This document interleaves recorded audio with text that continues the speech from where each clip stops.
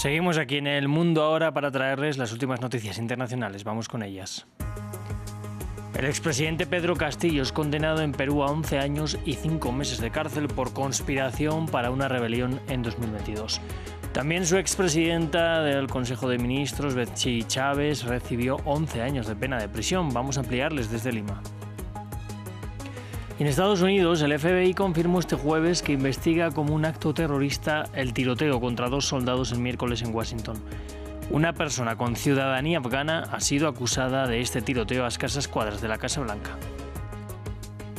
Y el presidente ruso Vladimir Putin ha insistido en que las tropas ucranianas deben retirarse de zonas clave para que cesen los combates en el frente. Washington y Kiev, entre tanto, siguen negociando un plan de paz que para Rusia debe reconocer su soberanía sobre el Donbass y Crimea.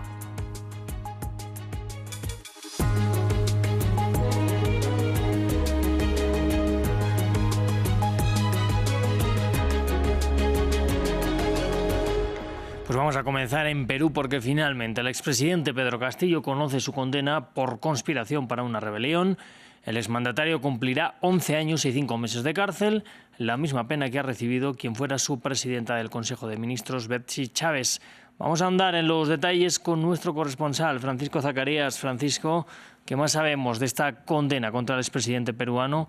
Otro más en la lista de exmandatarios encarcelados en el país.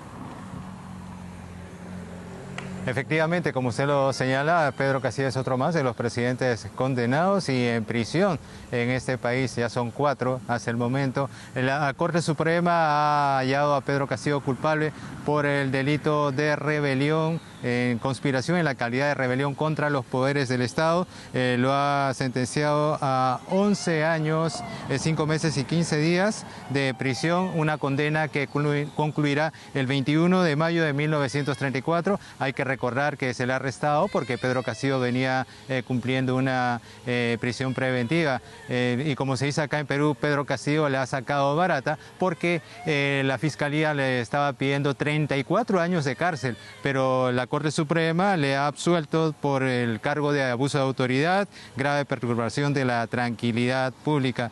La Corte lo considera a Pedro Castillo coautor, coculpable por el autogolpe del 7 de diciembre del año 2022 y la condena incluye una reparación civil de más de $3 millones. La defensa de Pedro Castillo ha señalado que va a apelar esta sentencia a una sala superior y por el lado internacional va a plantear algunos recursos legales ante organismos internacionales. La sentencia, este ha sido un adelanto de sentencia Pedro Castillo que ha hecho la justicia peruana y esto ha generado diversos tipos de reacciones.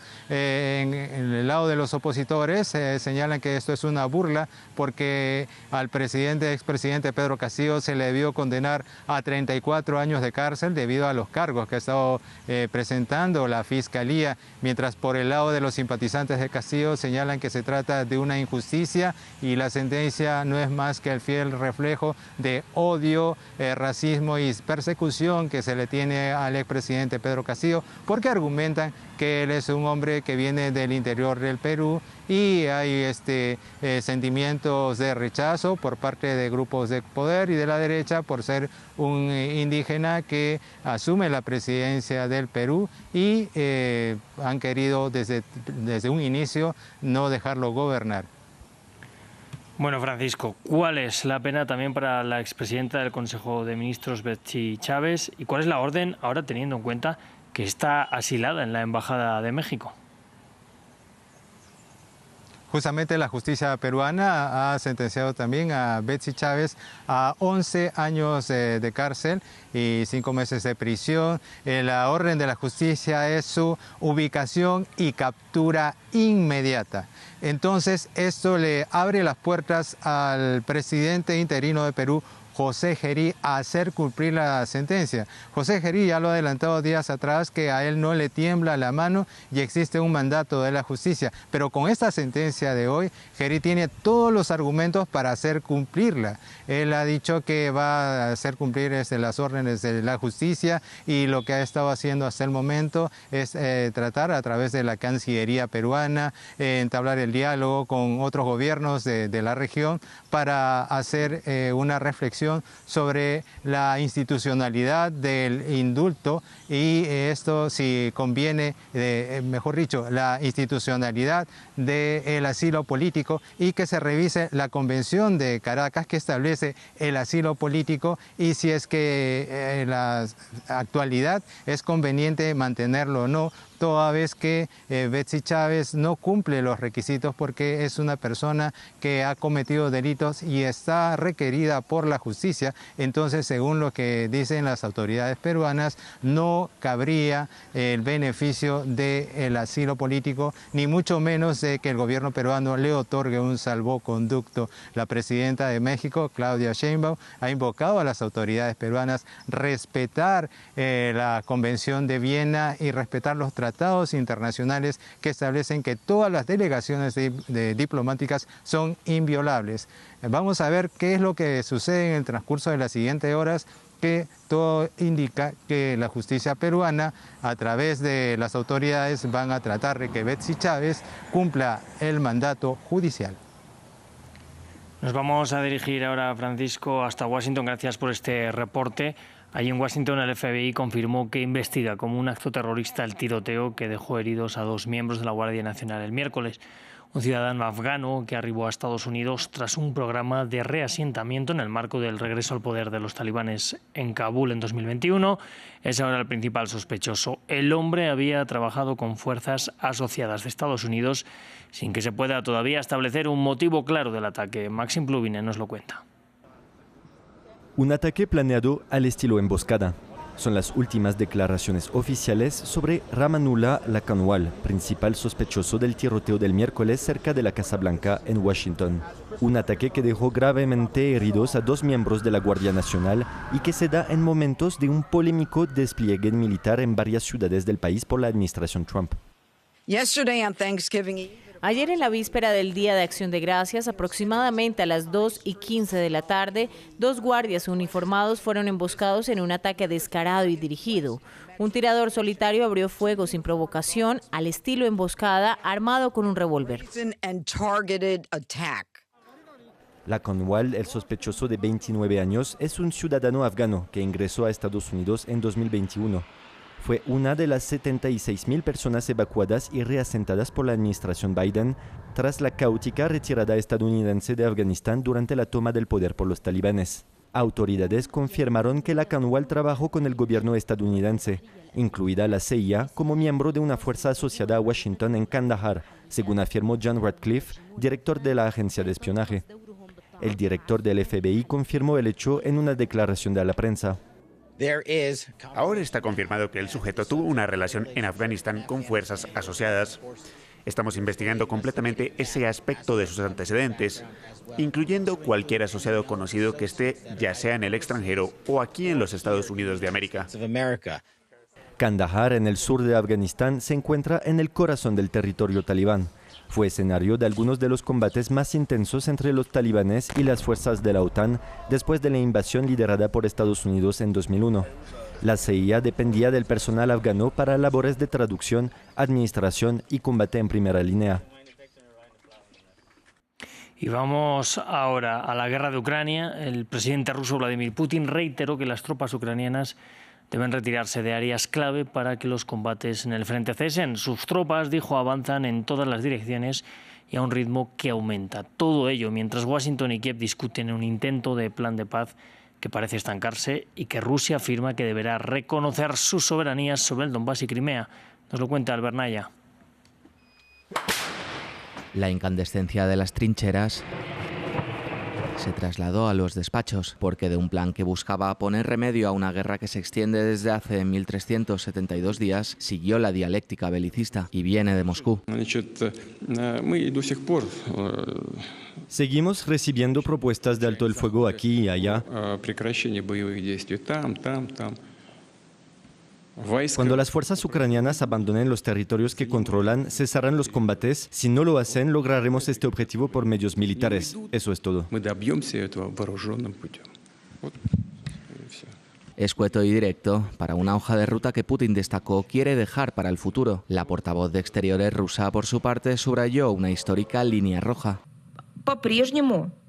Los intentos de la OTAN de arrastrar a Ucrania a su órbita siguen representando una amenaza para nosotros. La adhesión de Ucrania a esta agresiva alianza militar, que ha declarado a Rusia su objetivo y la ha calificado de amenaza para la seguridad en todos los entornos operativos, es inaceptable para nosotros, porque la esencia de la actividad de la OTAN es la contraacción a nuestro país. Putin se centra en los objetivos de guerra y afirma que las sanciones europeas en forma de recursos rusos congelados tendrán un impacto negativo en la coyuntura económica mundial. Todo ello mientras delegaciones de Kiev y Washington se encuentran negociando un plan de paz. Las palabras parecen remar en dirección contraria. Vamos hasta España, porque el Tribunal Supremo envió este jueves a prisión preventiva al exministro socialista de Transportes José Luis Ábalos, el que fuera uno de los políticos más cercanos al presidente Pedro Sánchez, es sospechoso de varios delitos relacionados con el caso de cobro de comisiones ilegales en contratos de mascarillas en la pandemia de COVID-19. Nos lo cuenta Marina Colorado desde Madrid. De nuevo, el Partido Socialista Obrero Español ve como un exintegrante y ex alto cargo de sus filas entra en prisión preventiva en un caso por supuesta corrupción que en esta instancia implica comisiones ilegales por la compraventa de mascarillas durante la pandemia de COVID-19. El Tribunal Supremo ha impuesto la medida cautelar más restrictiva al exministro de Transportes y exsecretario de Organización Socialista José Luis Ábalos y a su asesor Koldo García. Nombres que les pueden sonar familiares ya que están implicados en otro caso de corrupción por la adjudicación de contratos públicos a cambio de grandes sumas para enriquecerse y por el que hasta hace una semana estaba encarcelado también preventivamente Santos Cerdán, el que sucedió a Ábalos en el segundo puesto más importante del partido del presidente del Gobierno de España, Pedro Sánchez.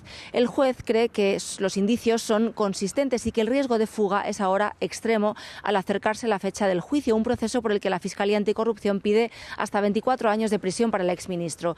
Esta situación incrementa la presión sobre Pedro Sánchez y el Gobierno, aunque desde la Moncloa aseguran que Ábalos ya fue expulsado del partido en 2024 cuando se supo su imputación y que hay tolerancia cero contra los corruptos y que además es el tiempo ahora de la justicia. Desde la oposición, el Partido Popular convoca a una manifestación ciudadana, dicen, sin banderas políticas contra la corrupción para este domingo 30 de noviembre. Su líder conservador, Alberto Núñez Feijóo, ha sido muy duro con Pedro Sánchez, lo acusa de ser la manzana podrida que descompone todo lo que está a su alrededor y pide que convoque elecciones anticipadas mientras descarta por ahora una moción de censura.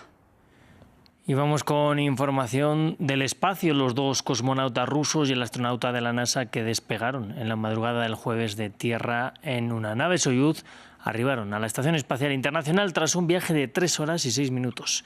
En total, los miembros de la expedición 74 desde el lanzamiento de la estación pasarán 242 días fuera de la Tierra. Los detalles en este informe de Maxim Pluvine. Doble celebración en la Estación Espacial Internacional. El Laboratorio Espacial en órbita confirmó el arribo de los dos cosmonautas rusos y del astronauta de la NASA que llegaron en una nave espacial rusa Soyuz MS-28. El astronauta de la NASA, Christopher Williams, y sus dos compañeros de tripulación de Roscosmos abrieron la escotilla de la Soyuz MS-28 a las 10:16 de la mañana, hora del este, en el Día de Acción de Gracias y se unieron a la tripulación de la Expedición 73. Despegaron de la Tierra desde Baikonur, Kazajistán, este jueves. Un éxito doble por la celebración del Día de Gracias para los miembros estadounidenses del equipo. El comandante ruso Sergei Kudzverchkov realiza su segundo vuelo, mientras el cosmonauta Sergei Mikhaev y el astronauta de la NASA Christopher Williams viven su primera experiencia en el espacio. El regreso a la Tierra está previsto actualmente para finales de julio de 2026. La plataforma orbital está habitada desde noviembre de 2000 y celebró hace poco sus 25 años de presencia humana continua en el espacio. Como saben, hace apenas unas semanas nuestra Asociación Internacional conmemoró 25 años de presencia humana continua en la Estación Espacial Internacional y ustedes tres están extendiendo ese impresionante logro. El trabajo en la estación, un proyecto en el que participan 16 países, no se vio afectado por el antagonismo geopolítico provocado principalmente por la guerra en Ucrania. Igual que en la primera expedición a la ciudad cósmica, volaron este jueves 2 representantes de la agencia espacial rusa Roscosmos y uno de la NASA estadounidense. Pues de esta forma nos despedimos. Yo les invito a que sigan aquí con nosotros en France 24.